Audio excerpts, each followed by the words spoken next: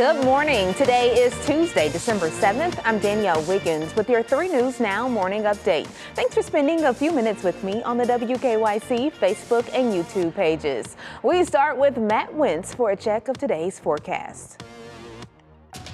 Thanks, Danielle. Certainly a cold start for all of us this morning, and a snowy start if you're out in the snow belt. We saw anywhere from 3 to 7 inches of snow last night. It's a winter wonderland. Different scene out in Lake and Ashtabula County. We still have some lake effect snow. It's really going to wind down as we go throughout the day. You can see as we go hour by hour, the snow pushes north because our wind will switch directions out of the southwest. It's cold for everyone. We struggle to reach 30 today. Notice how the clouds increase. This is out ahead of another little wave of low pressure that'll move through. That wave of low pressure will produce some scattered snow tomorrow morning. I don't see it as a big deal. Temperatures staying right in the mid-20s.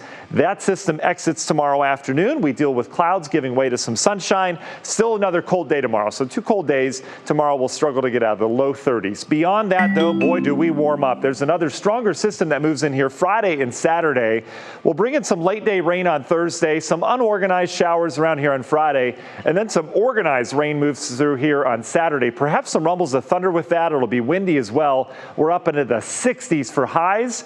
Saturday night, if you have plans, that's when the temperature will crash, likely back into the 30s with some snow, and then we'll clear things out. And all indication at this point is that next week is looking calm. I think we get some days of sunshine and mild temperatures once again. Danielle? Wow, 62 for Saturday. Wow. Well, today marks 80 years since the attack on Pearl Harbor. It was December 7th, 1941, when hundreds of Japanese bombers attacked the Pearl Harbor Naval Shipyard. 21 ships of the Pacific Fleet were sunk or damaged. Among the ships was the USS Arizona, which lost more than 1,100 crewmen. More than 2,400 Americans were killed in the attack, and some 1,100 more were wounded. We turn now to the latest on the coronavirus here in Ohio. Another decrease in cases Monday, with the state reporting 4,922 cases. However, another number did go up. 138 new hospitalizations were reported. And the Cleveland Clinic is updating their visitation policy. There are several changes, but here are some of the big differences. Only 1 visitor over the age of 18 will be allowed per day for people in the ER. Only 1 visitor will be allowed in a patient's room each day. And visitors for patients can only enter buildings once a day and can't leave then return for a separate visit within that day. And in other COVID news, new testing requirements are in place for travelers flying to the U.S. Travelers now need a negative test within 24 hours of leaving in order to board a plane. The CDC is also urging all Americans to avoid travel to France, Portugal, Tanzania, and Jordan.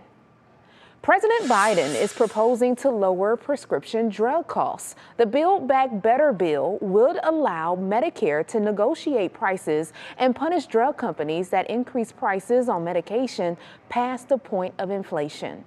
We pay the highest prescription drug prices of any developed nation in the world. That may surprise you. What may surprise you is we pay about 2 to 3 times what other countries pay for the same drug. The legislation passed in the House and is now in the Senate, where lawmakers hope to vote on it by Christmas. And Governor Mike DeWine wants to use federal COVID relief funds to help first responders here in the state of Ohio. The governor's proposal, announced yesterday, will spend $250 million. $175 million of that amount would specifically pay for new policing efforts in crime hotspots, new technology, and additional manpower in crime labs. An additional $75 million would help recruit more police, firefighters, and EMS workers, efforts that could include offering tuition assistance. Because when staffing levels are low, the burnout levels of those who are working is high. We need to protect them so they can protect us. The Ohio legislature has to sign off on the proposal, but lawmakers are expected to pass it overwhelmingly. And residents and business owners are rallying behind Cleveland's Shaker Square. They are showing support for the city of Cleveland to front $12 million, which would pay off the mortgage of the square's financially troubled owner and stop any foreclosure. Under the proposed ordinance, the city would transfer control of Shaker Square to local nonprofits, which would develop and make improvements. The legislation has been tabled until sometime next year. And the state is aiming to attract and keep college students in Ohio. One Republican lawmaker is proposing legislation that would keep students here through grants, scholarships, and tax breaks. The bill would allow grads from any public or private Ohio college who get a full-time job in the state to be exempt from income taxes for up to 3 years. To receive the out-of-state scholarships, grads would also have to be in the top 5% of their class with a degree in science, technology, engineering, or math. And the holidays are coming up, and in case you're looking to bring an animal into your household, well, local shelters are packed, but you can make a difference for many of them.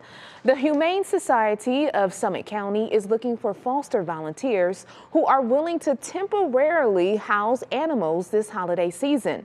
So they have about 50 dogs plus kittens available too, and you're able to keep them for 2 to 6 weeks or longer. The program allows caregivers and the animals themselves to take a break from being stuck in the shelter. We have a really high shelter census right now. And we also know when we put animals into foster care, we learn more about their personalities, what kind of homes they would do best in. It gives them the time to de-stress, to decompress, and relax in a home-like environment. Nearly half of people who participate end up adopting their foster animal for good. Joining the program is simple, and we have all of the information available on our website, WKYC.com. And the 4 finalists for the 2021 Heisman Trophy have been announced, and yes, those names include a Buckeye.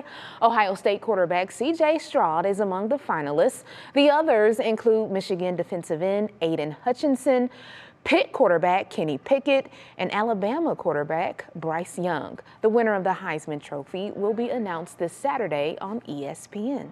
So good luck to all of them. Well, thank you for taking time to join me for this 3 News Now morning update. Our digital team will continue to bring you the stories making headlines around Northeast Ohio and beyond. Make sure you continue to check our social media pages and WKYC.com throughout the day. I'm Danielle Wiggins, and I'll see you tomorrow morning on Go, starting at 4:30 a.m. Have a great day, everybody, and keep on persevering.